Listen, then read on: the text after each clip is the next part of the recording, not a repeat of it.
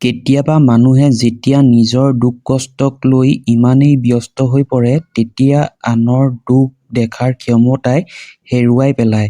কিন্তু জীৱনত এটা কথা সদায় মনত ৰখা উচিত, অন্যায়ৰ বিৰুদ্ধে যুঁজিবলৈ সাহস লাগে, কিন্তু খঙৰ বশৱৰ্তী হৈ লোৱা এটা ডাঙৰ ভুল সিদ্ধান্তই বহু জীৱনলৈ অন্ধকাৰ নমাই আনিব পাৰে।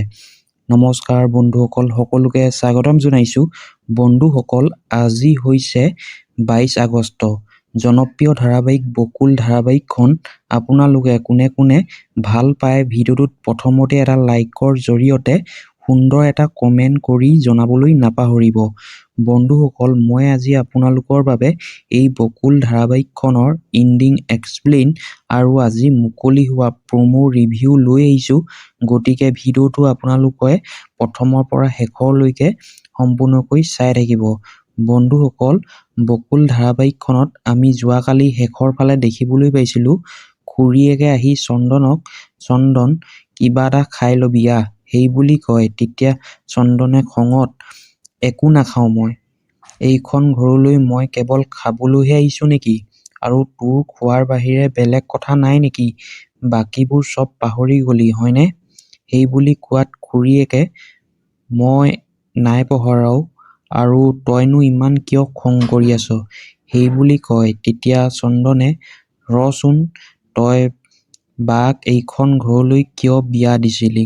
সেইখিনি সময়ত তই কি কৈছিলি? তোৰ মনত আছেনে নাই? তই কৈছিলি যে এইখন ঘৰত বা ৰাজৰাণী হৈ থাকিব, যি মন যায় তাকে কৰিব পাৰিব।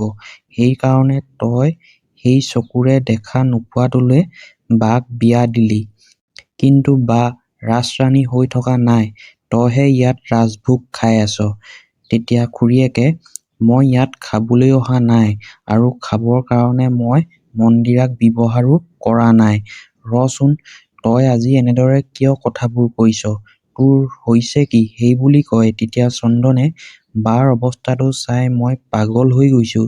এইখন ঘৰত বা চাকৰতকৈও তললৈ গ'ল, কাৰণ ইয়াত সেই ইন্দ্ৰ বোলাটোহে বেছি গুৰুত্ব পায়। নতুনকৈ অহা সেই ডাক্তৰনীজনী, তাইক চবেই ভাল পায়, কিন্তু বাক কিমানজনে বুজি পায়? চাওঁতে চাওঁতে সেইজনী দৰিকণা, তাইৰো মাত ফুটিল। আজি মোক বেয়া ব্যৱহাৰ কৰিছে, কালিলৈ বাক কৰিব। মাকজনীয়ে বাক খং কৰে, ডাক্তৰনীজনীয়ে বাৰ লগত তৰ্ক কৰে, আৰু সেই অন্ধটোৰ কথাটো ক'বই নালাগে।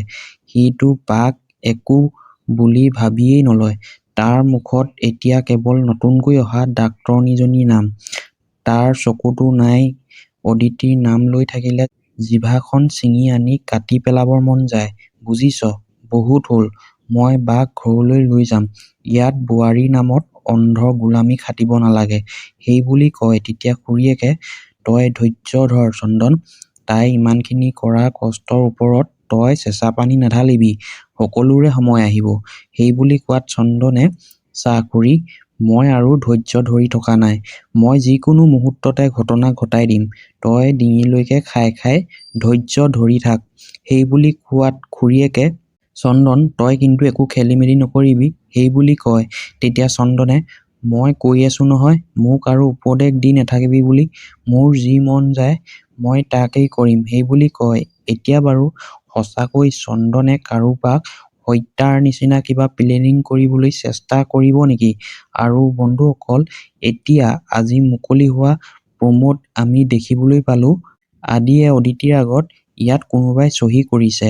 এই চহী কৰা মানুহজনক আমি বিচাৰিব লাগিব, তেওঁৱেই আমাৰ কামৰ মানুহ হ'ব সেইবুলি কয়। আৰু আনফালে আশ্ৰমখনৰ সৰু সৰু ল'ৰা-ছোৱালীবিলাকে একগোট হৈ এই ঘৰখন ভাঙি দিব। ইয়াত থাকিব নোৱাৰিম নহয়, আমি বাৰু ৰাস্তাৰ কাষতে শুব লাগিব নেকি? কিছুমান মানুহ যে থাকে, সেইবুলি বহুত দুখত সিহঁতে আলোচনা কৰি থাকে। আনফালে দেউতাকে আদিৰ আগত খঙত আৱৰ্জনা কিছুমান ঘৰৰ পৰা বাহিৰ হৈ গ'লে ঘৰখনৰ কাৰণেই ভাল, সেইবুলি বহুত খং কৰে আদিক। আৰু তেতিয়া আদিয়েও দেউতাকৰ আগত আৰু ময়ো অহংকাৰত অধঃপতনলৈ যোৱা মানুহৰ ঘৰত থাকিব নিবিচাৰোঁ সেইবুলি অদিতিক বোলা বুলি কৈ হাতত ধৰি লৈ যায় আৰু তেতিয়া দেউতাকৰ বুকুখন সেই সময়তে হেঁচা মাৰি ধৰে। এতিয়া বাৰু দেউতাকৰ কিবা ডাঙৰ অঘটন ঘটিব নেকি? বন্ধুসকল, চন্দনে সঁচাকৈ কোনো ডাঙৰ পৰিকল্পনা কৰিব পাৰে। চন্দনে যিকোনো মুহূৰ্ততে ঘটনা ঘটাই দিম বুলি কোৱাটো সাধাৰণ খঙৰ কথা নহ'বও পাৰে। আগন্তুক খণ্ডত সি হয়তো কাৰোবাক বিপদত পেলাবলৈ কোনো ভুল সিদ্ধান্ত ল'ব পাৰে। কিন্তু চন্দনৰ পৰিকল্পনা শেষ মুহূৰ্তত ৰৈ যাব পাৰে। খুৰীয়েকে যিহেতু তাক স্পষ্টকৈ সাৱধান কৰি দিছে, সম্ভৱতঃ খুৰীয়েকে চন্দনৰ পৰিকল্পনা বুজি পাই তাক ৰখাবলৈ চেষ্টা কৰিব পাৰে। আৰু বন্ধুসকল, আশ্ৰমৰ শিশুসকলৰ ভয় কাহিনীৰ ডাঙৰ টাৰ্নিং পইণ্ট হ'ব পাৰে। শিশুসকলৰ কথাবোৰে হয়তো আদিৰ মন আৰু অধিক কঠোৰ কৰি তুলিব। আশ্ৰমখন যিকোনো মূলতে বচাবলৈ আদি অদিতিয়ে অধিক সক্ৰিয়ভাৱে আগবাঢ়িব পাৰে।